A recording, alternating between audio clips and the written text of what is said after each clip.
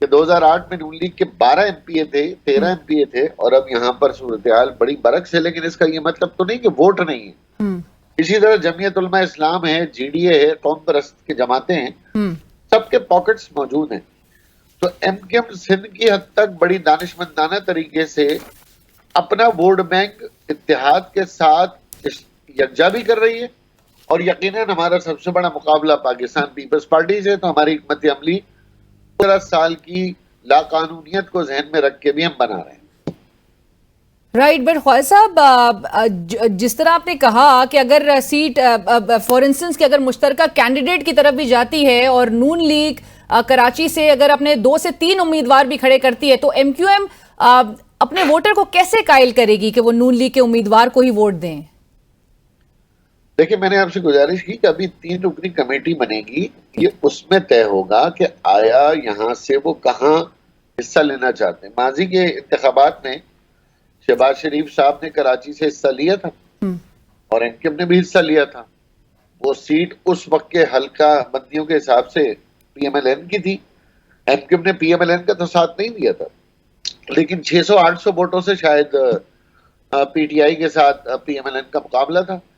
تو کہیں اگر ایسی صورتحال آتی ہے جو حتمی طور پر سیٹ کسی ایک پارٹی کی ہے، اسی طرح جمعیت علماء اسلام سے بھی ہمارا معاہدہ ہوا ہے. یہ نہیں کہ ہم جمعیت علماء اسلام کے ساتھ مرج ہو رہے ہیں یا متفق ہیں. بھائی ان کا امیدوار اگر لاڑکانہ کے اندر ایک حتمیت طور پہ جیت رہا ہے اور ایم کیو ایم کو معلوم ہے کہ وہاں ہم 2000 یا 4000 یا 5000 ووٹ لیں گے، تو پھر ہمارا ایک انڈرسٹینڈنگ یہ ہے کہ وہاں پر لاڑکانہ سے جمعیت علماء اسلام کا نمائندہ ہی کھڑا ہو، وہی جیتے. ہم اپنے ووٹرز کو کنوے کر دیں. لیکن یہ بات آپ کی درست ہے کہ اگر 100% ووٹر ہوتا ہے تو 10% ہی ووٹر دوسری پارٹی کو ووٹ کرتا ہے. بالکل. اسی طرح ہمیں بھی پی ایم ایل این کے ووٹرز اس حد تک ووٹ نہیں کریں گے، ہمیں بھی اسی طریقے سے جمعیت علماء اسلام یا قوم پرستوں کے ووٹر ووٹ نہیں کریں گے. لیکن انڈرسٹینڈنگ یہ ضرور ہے کہ ڈیوائڈ اینڈ رول کے بجائے اگر آپ کو ایک اسموتھ ٹرانزیکشن مل جاتی ہے اپنی وکٹری میں اور آپ کے ووٹ تقسیم نہیں ہوتے، تو یہ بھی ایک بہت بڑی انڈرسٹینڈنگ ہو. ووٹ تقسیم نہیں ہوتے لیکن اس میں فائدہ تو آپ کا بہرحال نظر نہیں آتا.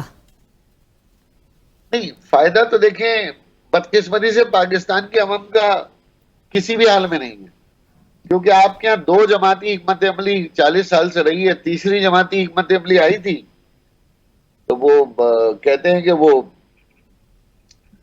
دعوت ملی تھی کھانے کو، ہیضہ ہی ہو گیا دیوانے کو. تو 3.5 سال میں اور مزید ملک کا بیڑا غرق ہو گیا. انفارچونیٹلی پھر دوبارہ آپ کے پاس یہی 2 آپشن ہیں میوزیکل چیئر والے. اگر کوئی تیسرا آپشن تھا تو ان نے فوراً اس کا ساتھ دیا تھا، لیکن وہ تیسرا آپشن نے اپنے پیر پہ خود کلاڑی بلکہ کلاڑے پہ پیر جا کے مارا ہے. تو پھر دوبارہ 2 آپشن آ گئے. تو اس کا قصوروار تو پاکستان کے اس میوزیکل چیئر کا سب سے بڑے تو وہ تیسرا آپشن ہے جو تبدیلی کے نام پر آیا تھا اور اپنے آپ کو برقرار نہیں رکھ پایا. رائٹ. بٹ خواجہ صاحب، آج مصطفیٰ کمال صاحب نے تو یہ بھی کہا ہے کہ 2013 کی پوزیشن پہ واپس جانا چاہتے ہیں. وہ پوزیشن کیسے حاصل کر سکیں گے؟ جب دن یہ نہیں رہے تو دن وہ بھی، جب دن وہ نہیں رہے تو دن یہ بھی نہیں رہیں گے. سیاست میں تو آپ کو پتہ ہے نا، یہ ایک پاؤں ریل میں تو ایک پاؤں جیل میں ہوتا ہے. کوئی مسئلہ نہیں، الیکشن آئیں گے تو اب دیکھیے 2013 بھی آ جائے. رائٹ. خواجہ صاحب، نون لیگ اگین ہے تو بہرحال وہی جماعت جس کے پہلے دور اقتدار میں 1992 میں ایم کیو ایم کے خلاف ایک بڑا آپریشن ہوا. پھر 2014 میں نون لیگ کے ہی دور حکومت میں اگین ایک گرینڈ کراچی آپریشن ہوا جس میں ایم کیو ایم کے رہنماؤں سمیت کئی کارکنان کو گرفتار بھی کیا گیا. اسی نون لیگ کے ساتھ آپ بہرحال اب جو بھی مطلب آپ اس کو جو بھی اس کو ٹرم کریں، لیکن اور آپ نے اس بات کی تصدیق بھی کی ہے کہ بھائی 3 رکنی کمیٹی بھی بنے گی دونوں جماعت سے 3 ممبرز کے بنیاد پر، اور ایک انڈرسٹینڈنگ بہرحال موجود ہے. تو آپ کس حد تک کمفرٹیبل ہوں گے ماضی کو مد نظر رکھتے ہوئے؟ دیکھیں، ماضی کو مد نظر آپ نے اصل میں آدھا ماضی بتایا ہمارا. تو ہمارا 1995 میں پیپلز پارٹی نے بھی بدترین آپریشن کیا ہے اس وقت کے فرعون نصیر اللہ بابر کے ذریعے، اور اس وقت بھی ہمارے ہزاروں ساتھی جو ہے نا وہ پابند سلاسل اور سینکڑوں شہید ہوئے. تو مقصد یہ کہ ہمارا تجربہ تو دونوں کے ساتھ ہی وہی ہے جو آپ نے نون لیگ کا بتایا، لیکن پاکستان کا تجربہ کیسا رہا ہے یہ پاکستان کی عوام کو پتا ہے. لیکن اب 2023 میں جو ملک کے معاشی صورتحال ہے، جو بین الاقوامی آپ دیکھ رہے ہیں اس وقت، جو خاص طور پہ افغانستان ہے، فلسطین ہے، ایران کی سچویشن ہے، تو میرا خیال ہے پاکستان کو اندرونی طور پہ مستحکم ہونا ہوگا ماضی کے تمام اختلافات کو بھلا کر. اور اگر ہم دوبارہ 1980 اور 82 اور ایم کیو کے خلاف آپریشن اور پیپلز پارٹی اور نون لیگ اس میں بڑھیں گے تو اس میں پارٹیوں کا تو نقصان بیڑا غرق ہونا ہی ہونا ہے، لیکن ملک کا سب سے زیادہ نقصان ہو. تو ایک جو سب سے بڑی بات یہ بھی کی ہے ہم نے نواز شریف صاحب کے ساتھ کہ بھائی ایک دوسرے کو گھسیٹنے کے بجائے آئین اور قانون کے ذریعے پابند کرنے کی کوشش کریں، چاہے وہ کرپشن ہو، چاہے وہ اقربا پروری ہو، چاہے وہ منی لانڈرنگ ہو، جو بھی ہو، بجائے کہ ہم تقریروں میں عوام کو سڑکوں پہ گتم گتا کریں یا ایک شدت پسندانہ رویہ جو سوشل میڈیا پہ گزشتہ 4 سال سے دیکھنے میں آیا ہے اس کو فروغ دیں. تو بجائے کہ پاکستان کو اندر سے مضبوط کر کے ہم آئین و قانون کی بالادستی کریں اور اس کے تحت آگے اپنی روایات کو برقرار. ٹھیک، بٹ خواجہ صاحب آپ نے جہاں پر کہی کہ پیپلز پارٹی کے بھی آپ کی جماعت ڈسی ہوئی ہے، آج سینئر رہنما سعید غنی صاحب پیپلز پارٹی کے وہ انتخابی اتحاد پر آپ کے ایک تانا دے رہے ہیں کہ وہ کہتے ہیں ایم کیو ایم اب کراچی کی سیاست کا ایک مردہ گھوڑا ہے اور اسی لیے آپ نے اتحاد کیا ہے یہ، کیونکہ آپ تنہا الیکشن نہیں جیت سکتے. اور ایک وقت تک جب ایم کیو ایم تنہا الیکشن لڑتی تھی ہمیشہ سے، کیا واقعی آپ کے لیے ایسی نوبت آ گئی ہے؟ اب چھوڑے نا، اب کہاں سعید غنی کی باتوں پہ آ رہے ہیں. ان کی تو بات تھوڑی کو دیر صبح میں کچھ، رات میں کچھ، دوپہر میں کچھ. ابھی کل سینٹ کا چیئرمین ہے کہ سارے کے سارے ہاتھ باندھے حیدرآباد پہ چڑھ جائیں گے. اچھا، لیکن بہرحال وہ آپ کو کہہ تو رہے ہیں کہ اب الیکشن اکیلے لڑنے پر ریلائنس ذرا کم ہے، اتحاد کی ضرورت ہے. کیا کہیں اور کیا کہیں. ابھی مرتضی وہاب صاحب کے لیے ہم سے اسمبلی میں اتحاد مانگ رہے تھے، سینٹ کے چیئرمین کے لیے مانگ رہے تھے. بلاول بھٹو زرداری صاحب وزیر خارجہ بنے، ہماری وجہ سے بنے. پی ڈی ایم کے اندر حکومت میں بیٹھے انجوائے کرتے رہے، ہماری وجہ سے کرتے رہے. ابھی اگلے ٹینیور میں بلاول صاحب کو وزیر اعظم لے کر آنا ہے. یہ سعید غنی صاحب کی جو باتیں ہوتی ہیں نا، یہ علاقہ، محلہ، وارڈ، گلی، یہ والی پالیٹکس ہوتی ہے. نیشنل پالیٹکس والی بات کریں. اور جو پیپلز پارٹی، جب پیپلز پارٹی کو ضرورت پڑتی ہے تو جوتیوں میں دال بھی بٹ رہی ہو نا تو وہ اسے دیکھ سمجھ کے لے جاتے ہیں. اچھا، یہ میں اگلے سیگمنٹ میں بہرحال پیپلز پارٹی کا ضرور کامنٹ اس پہ چاہوں گی، بٹ خواجہ صاحب ایک ایسے وقت میں جب آپ کو حالات اس وقت پتہ ہوں کہ کس حد تک چیلنجنگ ہے، اسپیشلی ایک پی ڈی ایم اتحاد کی، اور جب پیپلز پارٹی، پختونخوا ملی عوامی پارٹی ہو یا دیگر سے آپ کا جو پی ڈی ایم اتحادی تھیں، وہ تمام جماعتیں آپ کو، یہ آپ جانتے ہیں کہ نواز لیگ اور اس کی کارکردگی سے اپنے آپ کو دور کر رہے ہیں، ڈس ایسوسیٹ کر رہے ہیں، تو ان حالات میں ایم کیو ایم کیوں انہیں گلے لگانا چاہ رہی ہے؟ مجھے سمجھ نہیں آ رہا کہ آپ آج ہمیں صرف نواز شریف اسپیسیفک کیوں رکھ رہی ہیں. سر کیونکہ یہ ایک بڑا اتحاد ہے، دیگر سیاسی جماعتیں الیکشنز قریب ہیں، اپنے آپ کو ڈس ایسوسیٹ کر رہے ہیں. آپ نے ایک بڑا فیصلہ کیا ہے بہرحال نون لیگ کے ساتھ اتحاد کرنے کا. تو مجھے بتائیے پھر ہم جا کر کہاں حماس کے ساتھ اتحاد کریں، لبنان کے ساتھ اتحاد کریں، سری لنکا کے ساتھ اتحاد کریں. پاکستان میں عمران خان تھے نا، ان کے ساتھ اتحاد کیا، آپ اس پہ بھی کمنٹ کریں. اب یہ پیپلز پارٹی آ جائے گی، یہ ہمارے دروازے پہ چڑھ کے وزیر اعظم بن کے آ جائیں گے، تو ہمیں مطالبہ کس سے کرنا ہے؟ وزیر اعظم سے یا وزیر اعظم سے؟ آپ طے کر لیں اس ملک کے اندر کہ بھائی سیاسی جماعتوں سے اتحاد نہیں کرنا تو ہم پنڈی کی طرف چلے جائیں گے. یہ تو آپ کے آئین اور قانون نے طے کر رہا ہے نا، آپ کے چینل نے تھوڑی طے کرنا ہے. نہیں، بہرحال میں تو آپ سے صرف سوال ہی کر رہی ہوں، لیکن روایتی طور پہ جو آپ کی جماعت کا دیکھا جاتا تھا کہ وہ ریزلٹس، انتخابی نتائج کے بعد فیصلہ کرتی تھی حکومت کے ساتھ اتحاد قائم کرنے کے حوالے سے. ابھی انتخابات سے قبل جو یہ ڈیسیشن لیا گیا ہے، اس حوالے سے سوالات تو ضرور آپ سے ہوں گے خواجہ صاحب. سوال ہوں، مگر سوالوں میں ذرا جان بھی ہو. نواز شریف صاحب نے مدعو کیا ہے ہمیں، نواز شریف صاحب نے بلایا ہے ہمیں، اور بلا کر اپنی خواہش کا اظہار کیا ہے. 3 رکنی کمیٹی بنی ہے. اسی طرح عمران خان صاحب نے ہمیں بلایا تھا، اپنی خواہش کا اظہار کیا تھا. 13 نکاتی معاہدے پہ سائن کیے تھے. اسی طریقے سے بلاول صاحب نے بلایا تھا، معاہدہ کیا تھا، پورے پاکستان کی لیڈرشپ نے اس پہ سائن کیے تھے. افسوس کی بات یہ ہوتی ہے، میں نے آپ کو ابھی گزارش کی کہ سیاست میں شرم نام کی تو کوئی چیز ہے ہی نہیں. اپنے وقت کے لیے ایم کیو ایم کو تمام لوگ 1988 سے مدعو کرتے چلے اور آئندہ بھی کریں گے. ابھی بھی آپ اپنے ڈیسیشن سے بہرحال گئے نہیں ہیں، نواز شریف صاحب نے بلایا ہے. بلایا ہے, ہم نے اپنی شرائط رکھی ہیں. ہماری شرائط کیا ہیں؟ جو عام غریب متوسط طبقے کی ہے. ہم نے نہ کو سی این جی کے پرمٹ مانگنے, نہ پیٹرولیم کے لائسنس مانگنے, نہ اسٹیل مل کے لائسنس مانگنے, نہ پلاٹ پرمٹ کی پالیٹکس ہے. ہمیں تو یہ چاہیے کہ ہمارے لوگوں کا کس میں بھلا ہو, عام آدمی کیسے با اختیار ہو, نوکریاں کیسے ملتے ہیں, میرٹ کیسے ہو, جو سندھ کے اندر ایک قبضہ مافیا پولیس گردی ہے اس سے کیسے جان چھوٹے. جہاں ہمارا ووٹ بینک ہے وہیں کی ہم پالیٹکس کرتے ہیں, وہیں کے مطالبات کرتے ہیں. اور یہ بہرحال الائنس پیپلز پارٹی اور پی ٹی آئی دونوں کے خلاف یہ الائنس ہوگی, یہ محاذ بنایا گیا ہے. فی الحال تو مجھے میں کیونکہ اس میٹنگ میں نہیں تھا, لیکن مجھے ایسا لگتا ہے. لیکن پیپلز پارٹی بھی زیادہ دیر جو ہے نا وہ بے آسرا رہ نہیں پائے گی, وہ بھی کہیں نہ کہیں سے داخل ہونے کی کوشش ضرور کرے گی. داخل ہونے کی ضرور کوشش کرے گی. اور آپ سے ایکسپیکٹ کر رہے ہیں آپ کے رابطہ کرے یا ملاقات کے لیے آپ کو مدعو کرے؟ اب اتنی بڑی پی ڈی ایم میں وزیر خارجہ لے کے بیٹھے نا, تو وہ وزیر اعظم کس کا ہے؟ نواز شریف صاحب کا ہے نا, اور اس میں 2 وزیر ایم کیو کی بھی ہے. تو اتنے وزیر خارجہ تک تو چھوڑا نہیں. اگر اصولی سیاست کرنی تھی تو اس وقت پاکستان کی معیشت, پاکستان کا استحکام یاد آ جاتا ہے. تو بہرحال پیپلز پارٹی بھی کہیں نہ کہیں حکومت میں اپنا حصہ لینے میں کامیاب ہونے کی کوشش کرے گی. اور زرداری صاحب نے بہرحال آج اپنے دوستوں اور دشمنوں کو یہ پیغام دے بھی دیا ہے کہ پاکستان کو بنایا بھی سندھ نے اور بچانا بھی سندھ نے ہے. سو سندھ جو ہے وہ ایک بہت ہی اہم رول پلے کرنے جا رہا ہے. فواز صاحب آپ سے گفتگو جاری رہے گی, لیکن یہاں پر مجھے ایک چھوٹا سا بریک لینے کا کہا جا رہا ہے. ایک بریک کے بعد ناظرین حاضر ہوتے ہیں. بریک کے بعد خوش آمدید. اور ہماری گفتگو ہو رہی ہے خواجہ اظہار الحسن صاحب سے, سینئر رہنما ہیں ایم کیو ایم پاکستان کے. اربن کراچی کی جہاں تک بات آتی ہے, پی ٹی آئی کا جو ایک بڑا ووٹ بینک ہے خواجہ صاحب, وہ ایم کیو ایم کو اس نے کس حد تک ڈینٹ دیا ہے؟ دیکھیں, پی ٹی آئی کا ووٹ بینک نے بالکل ایک نوجوانوں کو ایک نئی امید دلائی تھی, اور یہ کہا تھا, اور بالکل ایم کیو ایم کو اس نے, ایم کیو ایم کو نہیں پورے پاکستان کی جماعتوں کو, پی ایم ایل این کو بھی, پیپلز پارٹی کو بھی ایک بہت بڑا ووٹ بینک عمران خان صاحب نے اڈاپٹ کیا. لیکن آہستہ آہستہ جتنی انہیں طاقتور سپورٹ اسٹیبلشمنٹ کی طرف سے تھی, اداروں کی طرف سے تھی, عدلیہ کی طرف سے تھی, اس 3.5 سال میں ان کے جو دعوے تھے ان کی حکومت کی کارکردگی کے آگے وہ بہت بلند تھے. اور بلند باند دعووں اور ناقص کارکردگی نے ان کے ووٹر کو مایوس بھی کیا ہے.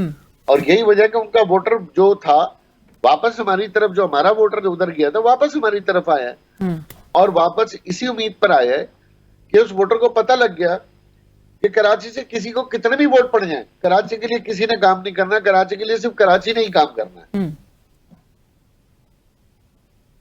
رائٹ. خواجہ صاحب یہ بھی آخر میں بتا دیجئے گا کہ شاہد خاقان عباسی صاحب, جو کہ ظاہر ہے ان کی سٹیٹمنٹس آن ریکارڈ ہیں, نالا نظر آتے ہیں, اور اب تک کی تھوڑی دیر پہلے تک کی اطلاعات کے مطابق وہ آپ کی پارٹی کے چند رہنماؤں سے ملاقات کے لیے بھی جا رہے ہیں. ان کو پارٹی میں شمولیت کے لیے انوائٹ کیا جا رہا ہے, ان سے کہا جا رہا ہے؟ دیکھیں, شاہد خاقان عباسی صاحب بڑے زیرک, بڑے سینئر اور بڑے بہت ہی سمجھدار سیاستدان, اور ان کا پوائنٹ آف ویو ذاتی طور پہ, میری بات آپ مانیں تو ذاتی طور پہ تو ان کا پوائنٹ آف ویو ٹھیک ہے نا, کہ جو ابھی جمعہ 8 دن کی لیڈرشپ ہے اس کے پیچھے 40 سال کے لوگ جو ہے نا ہاتھ باندھے کھڑے ہوتے ہیں, جو کہ تجربے کار بھی ہیں, جنہوں نے پارٹیوں میں مارے بھی کھائی ہیں, سزائیں بھی کھائی ہیں, نقصان بھی اٹھایا ہے. تو ہمارے یہاں تو بہرحال ایک ڈکٹیٹرشپ چل رہی ہے, خاندانی پالیٹکس چل رہی ہے. بہرحال آپ بڑے نازک موقع پہ میرے خیالات جان رہی ہیں, ابھی تو اتحاد ہوا بھی نہیں ہمارا, لیکن بہرحال آپ کی یہ جو باتیں ہیں ابھی آپ کی اتحاد کی آپ نے درست آپ نے خود ہی ہائی لائٹ کر دی ہے یہ بہرحال. لیکن جو خاندانی سیاست ہے یہ بھی ملک کو جس طرح سے نقصان پہنچا رہی ہے وہ بھی آپ کے سامنے ہے بہرحال. خواجہ صاحب تباہ خاندانی سیاست تباہ کر رہی ہے, تباہ کر دیتی ہے نا. پر خواجہ صاحب شاہد خاقان عباسی صاحب کے ویوز سے آپ نے کہا پرسنل لیول پہ تو آپ اگری کرتے ہیں, پارٹی لیول پہ بھی اتفاق ہے. شاہد خاقان عباسی صاحب جو نکات پیش کرتے آئے اور جس طرح سے وہ ری امیجن کر رہے تھے ملک کو, دیکھیں شاہد خاقان عباسی کا ویژن تو بہرحال اس سے کم ہے, لیکن پارٹی کے اندر ایسا کوئی رابطہ کمیٹی میں ڈسکشن نہیں ہوا. لیکن اگر شاہد خاقان عباسی جیسی قداور شخصیت کسی بھی جگہ جائیں گی تو کوئی بھی پارٹی انہیں بالکل خندہ پیشانی سے ان کا استقبال کرے گی. استقبال پارٹی کی جانب سے کیا جائے گا. اور خواجہ صاحب جو سرویز ہیں الیکشن سے قبل جس میں نظر آ رہا ہے، اور آپ نے بھی جس طرح سے مینشن کیا کہ آلدو کہ پاکستان تحریک انصاف نے پورے اوور آل ملک میں ایک امپیکٹ کریٹ کیا، اور اب تک کے سرویز کے مطابق بھی مقبولیت بہرحال پاکستان تحریک انصاف اب بھی انجوائے کر رہی ہے، ڈسپائٹ کہ جو جس طرح کی صورتحال کا سامنا ان کی جماعت کو ہے اور جو لیول پلینگ فیلڈ کا مطالبہ ان کی جماعت سے کیا جا رہا ہے، بٹ جو عوام ہے ان کو کس طرح سے کنونس کر سکے گی آپ کی جماعت؟ دیکھیں، ہم نے اپنے حلقوں میں تو کافی سچ بتایا ہوا ہے، جو سچ شاید مائک پہ نہیں بتایا جا سکتا، وہ ہم نے پی ٹی آئی کے دور حکومت کے سچ اپنے کارکنان کو اور ذمہ داران کو بتائے ہوئے ہیں۔ جب آپ ان کے اتحادی تھے؟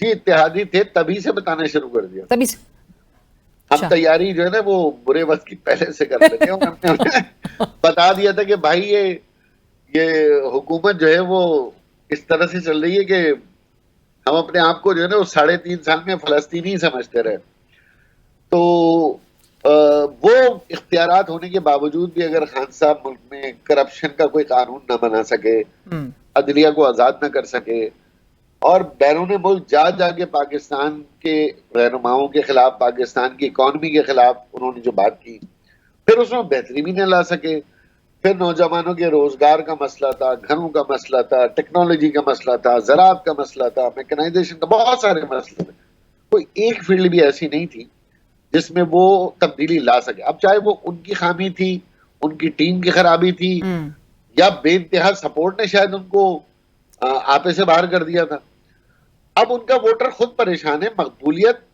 تو لیڈر کی ایک دم سے کم نہیں ہوتی، کسی بھی لیڈر کی کم نہیں ہوتی، لیکن اب یہ دیکھنا ہے کہ ان کی مقبولیت ووٹر ٹرن آؤٹ میں کتنی پرسنٹیج ہوتی ہے، کیونکہ مقبولیت ورسز ووٹر ٹرن آؤٹ ہی اصل چیز دیکھا جاتا ہے۔ ایبسلیوٹلی۔